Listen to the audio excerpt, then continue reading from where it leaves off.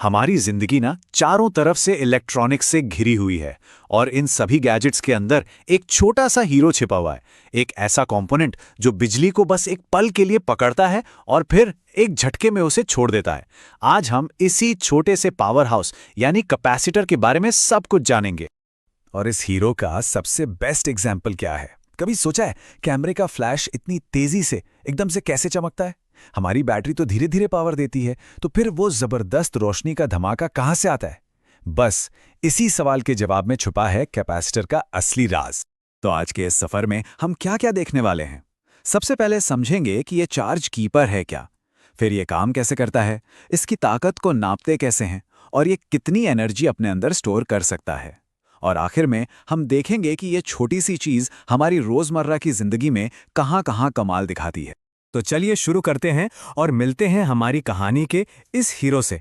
आखिर ये कैपेसिटर है क्या और किन चीजों से मिलकर बना है ये छोटा सा जादूगर? देखिए, बिल्कुल सीधी सरल भाषा में कहें तो कैपेसिटर बिजली के लिए एक छोटी सी सुपर फास्ट चार्ज होने वाली टंकी जैसा है।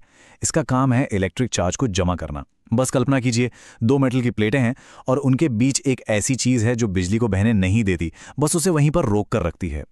इसके तीन मेन प्लेयर्स हैं। पहला, दो कंडक्टर प्लेट्स जो चार्ज को होल्ड करके रखती हैं। दूसरा, उनके बीच का डाई इलेक्ट्रिक, ये एक तरह का गार्ड है जो चार्ज को एक प्लेट से दूसरी पर कूदने से रोकता है। ये हवा भी हो सकती है या कांच या माइका जैसी कोई चीज। और तीसरा, एक बाहरी पावर सोर्स जैसे कि बैटरी, जो इस टंकी को भरने का काम करती है। तो सवाल यह है कि ये तीनों हिस्से मिलकर अपना जादू चलाते कैसे हैं?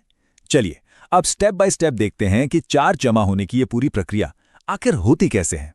ये प्रोसेस ना बहुत ही इंटरेस्टिंग है।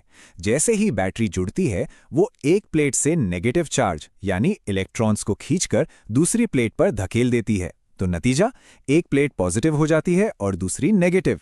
इसी खिंचाव की वजह से दोनों प्लेटों के बीच एक टेंशन यानी वोल्टेज पैदा हो जाता है और यही टेंशन एक इलेक्ट्रिक फील्ड बनाता है जिसमें सारी की सारी एनर्जी स्टोर हो जाती है।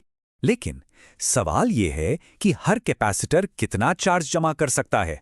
क्या सभी की कैपेसिटी एक जैसी होती है? जी नहीं, बिल्कुल नहीं। और इसी क्षमता को मापने के लिए एक शब्द है, कैपेसिटेंस। कैपेसिटेंस यानी सी हमें यह बताता है कि 1 वोल्ट के पोटेंशियल डिफरेंस पर कोई कैपेसिटर कितना चार्ज क्यू होल्ड कर सकता है। इसका सीधा सा फॉर्मूला है C=Q/V और इसकी यूनिट होती है फैराड। वैसे एक फैराड ना बहुत ही बड़ी यूनिट है, तो असल दुनिया में हम माइक्रोफैराड या नैनोफैराड में बात करते हैं। अब आते हैं सबसे मजेदार हिस्से पर। हम एक पैरेलल प्लेट कैपेसिटर के कैपेसिटेंस का फॉर्मूला निकालने वाले हैं और चिंता मत कीजिए, हम इसे स्टेप बाय स्टेप समझेंगे। पहला कदम, प्लेटों के बीच इलेक्ट्रिक फील्ड E का पता लगाना। इसकी वैल्यू होती है Q/ε0 × A। यहां A प्लेट का एरिया है और ε0 बस एक कांस्टेंट। दूसरा कदम है वोल्टेज V निकालना, और ये तो और भी आसान है। सोचिए, इलेक्ट्रिक फील्ड E एक ढलान की तरह है और D उस ढलान की लंबाई है, तो टोटल वोल्टेज V बस उस ढलान यानी E और उसकी लंबाई यानी D का मल्टीप्लिकेशन है। तो V = E × D। और अब ग्रैंड फिनाले। हम अपने बेसिक फॉर्मूला C=Q/V में V की वैल्यू रखते हैं और हमें मिलता है कैपेसिटेंस का जादुई फॉर्मूला C=ε0 × A/D। यह फॉर्मूला बहुत पावरफुल है। यह हमें बताता है कि कैपेसिटेंस प्लेट के एरिया के साथ बढ़ता है और प्लेटों के बीच की दूरी के साथ घटता है। अब एक ट्रिक देखते हैं। अगर हम प्लेटों के बीच हवा की जगह कोई और इंसुलेटर यानी डाइलेक्ट्रिक डाल दे तो क्या होगा? मजे की बात यह है कि इससे कैपेसिटर की चार्ज रखने की क्षमता बढ़ जाती है। ये K गुना बढ़ जाती है, जहां K उस डाइलेक्ट्रिक की अपनी ताकत है। तो डाइलेक्ट्रिक एक तरह का सुपर चार्जर है। ठीक है, तो हमने कैपेसिटर की टंकी तो भर दी, लेकिन इस टंकी में दम कितना है? मतलब इस जमा हुए चार्ज में कितनी एनर्जी छिपी है? आइए अब इसका पता लगाते हैं। कैपेसिटर में जमा एनर्जी U का मेन फॉर्मूला है U=12CV²।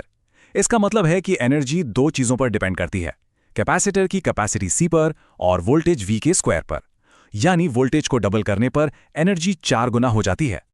और इसी फॉर्मूले के दो और रूप भी हैं जो अलग अलग सिचुएशंस में काम आते हैं। ये बस इस बात पर डिपेंड करता है कि हमें सवाल में कौन सी जानकारी दी गई है। अगर C नहीं पता तो हम U is equal to half QV use कर सकते हैं, और अगर V नहीं पता तो U is equal to Q²/2C काम आता है ना ये आसान।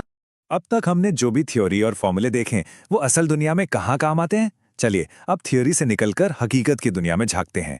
कैपेसिटर सच में हर जगह हैं। हमारे मोबाइल फोन में, टीवी में, कंप्यूटर में, पावर सप्लाई को स्टेबल रखने में, रेडियो की आवाज को ट्यून करने से लेकर, और हाँ, याद है शुरू वाला सवाल, हमारे कैमरे का फ्लैश, वो तेज रोशनी इसी कैपेसिटर की देन है जो सारी एनर्जी एक साथ डिस्चार्ज कर देता है। तो अब इस पूरी कहानी को समेटने का समय आ गया है। चलिए उन खास बातों पर ध्यान देते हैं जो एग्जाम के लिए किसी चीट कोड से कम नहीं हैं। ये 4 रिश्ते हमेशा याद रखने हैं। पहला, प्लेट का एरिया बढ़ाओ, कैपेसिटेंस बढ़ेगा। दूसरा, प्लेटों के बीच की दूरी बढ़ाओ, कैपेसिटेंस घटेगा। तीसरा, बीच में डाइलेक्ट्रिक डालो, कैपेसिटेंस और बढ़ जाएगा।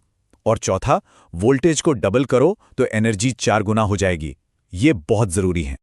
और हाँ, अगर पूरे नंबर लाने हैं तो कुछ प्रो टिप्स हैं। हमेशा साफ सुथरे डायग्राम बनाइए, डेरिवेशन का हर स्टेप क्लियर दिखाइए, फाइनल फॉर्मूले को एक बॉक्स में हाईलाइट कीजिए, और सबसे जरूरी, यूनिट्स लिखना कभी मत भूलिए। ये छोटी छोटी बातें ही आपको दूसरों से आगे ले जाती हैं।